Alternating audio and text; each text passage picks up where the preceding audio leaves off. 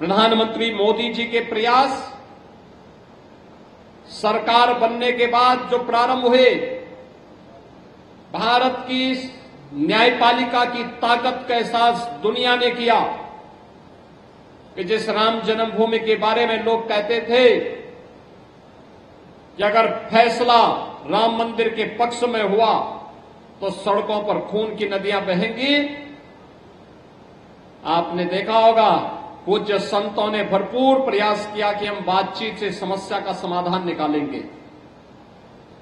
लेकिन जब बातचीत के समाधान के रास्ते समाप्त हो गए और सरकार की भड़धर्मिता आड़े आने लग गई, तो उस समय पूज्य संतों ने लोकतांत्रिक तरीके से संघर्ष का रास्ता चुना। संघर्ष का रास्ता चुनने के उपरांत आप सबने इस बात को देखा होगा, आंदोलन बड़े मजबूती के साथ पूरे देश के अंदर आंदोलन आगे बढ़ा और आंदोलन के आगे बढ़ने की स्थिति थी। ये न्यायालय में फिर मामला जाता है और अंततः प्रधानमंत्री मोदी जी के आगमन के बाद भारतीय जनता पार्टी की डबल इंजन सरकार बनने के उपरांत इस समस्या के समाधान का मार्ग निकले। हमने देखा होगा जब 5 अगस्त 2020 को मोदी जी ने 500 वर्षों का इंतजार समाप्त करते हुए अयोध्या में माननीय उच्चतम न्यायालय के आदेश के क्रम में भव्य राम मंदिर के निर्माण कार्य का शिलान्यास और भूमि पूजन का कार्यक्रम आगे बढ़ाया था और 22 जनवरी 2024 जब 500 वर्षों का इंतजार समाप्त करते हुए प्रभु रामलला फिर से अयोध्या धाम में विराजमान हुए।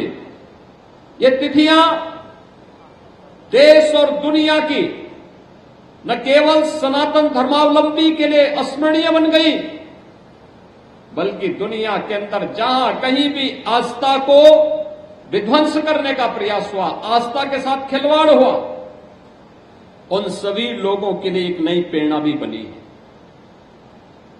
अयोध्या राम मंदिर का आंदोलन इसी अभियान की एक कड़ी है और जिसके पुरोधा में एक पूज्य संत परमहंस रामचंद्र दास जी महाराज की इस भव्य और दिव्य प्रतिमा को आज दिगंबर अखाड़ा में स्थापित करने का गौरव मुझे प्राप्त हुआ है, पूज्य संतों के सानिध्य में प्राप्त हुआ है। मैं सबसे पहले इसके लिए इस दिगंबर अखाड़ा के श्री महंत सुरेश दास जी महाराज को, श्री महंत उत्तराधिकारी महंत श्री रामलखन दास जी महाराज को हृदय से मैं इनका अभिनंदन करता हूं और पूज्य संत परमहंस रामचंद्र दास जी महाराज के श्री चरणों में नमन करते हुए अपनी विनम्र श्रद्धांजलि भी अर्पित करता हूं। बहनों और भाइयों, मैं देख रहा था यहां पर जैसे ही मैं समाधि स्थली पर पुष्पांजलि करने के लिए गया तो समाधि स्थली में जाने के पहले ही इंद्र भगवान भी प्रसन्न होकर के अपनी बारिश से ऐसे लगता था जैसे वे भी प्रसन्न होकर के पुष्प वर्षा कर रहे हों। संतों की पहचान यही है। उन्होंने एहसास करा दिया। आज परमहंस जी को लग रहा होगा, देखो मेरा संकल्प पूरा हुआ, अयोध्या में रामलला विराजमान हुए। उन पूज्य संतों को की आत्मा को कितनी असीम शांति प्राप्त हुई जब 22 जनवरी 2024 को अयोध्या में रामलला फिर से विराजमान हुए। 500 वर्षों का इंतजार समाप्त हुआ, अयोध्या धाम में फिर से हमारे रामलला विराजमान हुए।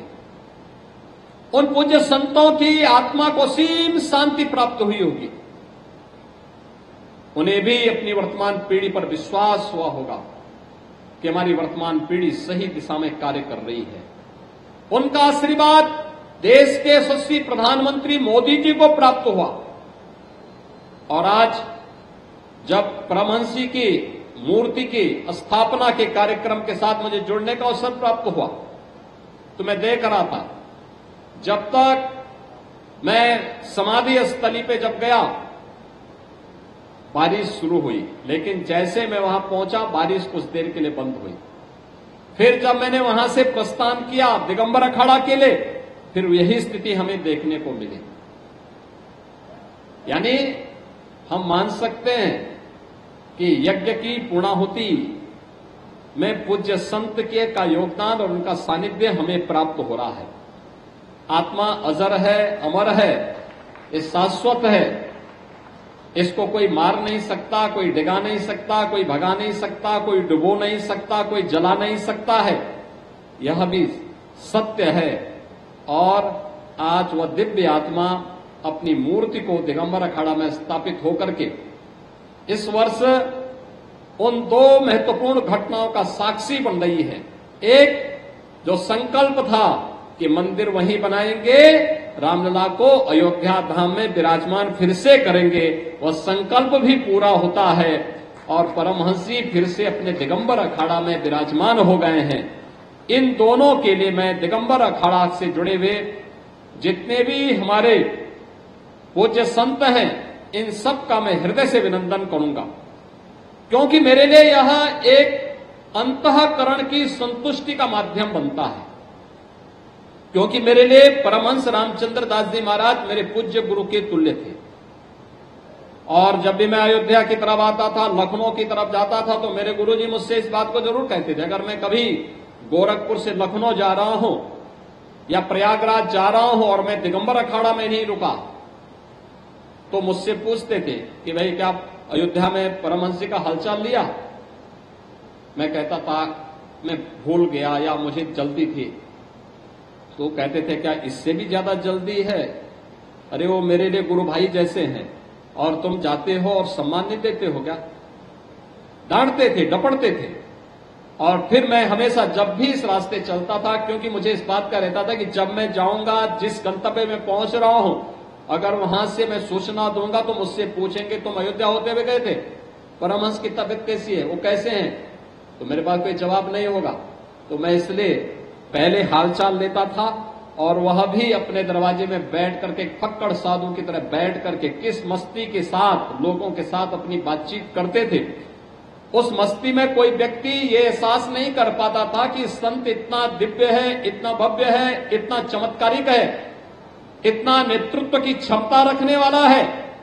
एक सहज सरलता उनके मन में थी, वात्सल्य भाव उनके मन में था, और ये हमें अक्सर वहां देखने को मिलता था। आज जब हम लोग यहां पर पूज्य संत की 21वीं पुण्यतिथि पर यहां एकत्र हुए हैं, बहनों और भाइयों, आज हम परमहंस रामचंद्र दास जी महाराज को इसलिए स्मरण कर रहे हैं क्योंकि उन्होंने अपना जीवन मूल्यों के लिए जिया था, एक लक्ष्य के लिए जिया था, सनातन धर्म की परंपरा को मजबूती प्रदान करने के लिए जिया था। उनके लिए अन्य चीजें कभी उनको डिगा नहीं सकती थी, झुका नहीं सकती थी, उन्हें अपने पद से कभी भी डिगा नहीं सकती थी, हटा नहीं सकती थी। उन मूल्यों और आदर्शों के लिए जिसके लिए प्रभु श्री राम ने अपना पूरा जीवन समर्पित किया था, उन मूल्यों और आदर्शों के लिए पूज्य परमहंस रामचंद्र दास जी महाराज आजीवन डिगे रहे, उनके लिए डटे रहे, डिगे नहीं, हर स्तर पर वे कार्य करते रहे। श्रेष्ठ भारत पर खबरों से जुड़े रहने के लिए चैनल को सब्सक्राइब और लाइक करें, बेल आइकन दबाएं और देखते रहें श्रेष्ठ भारत।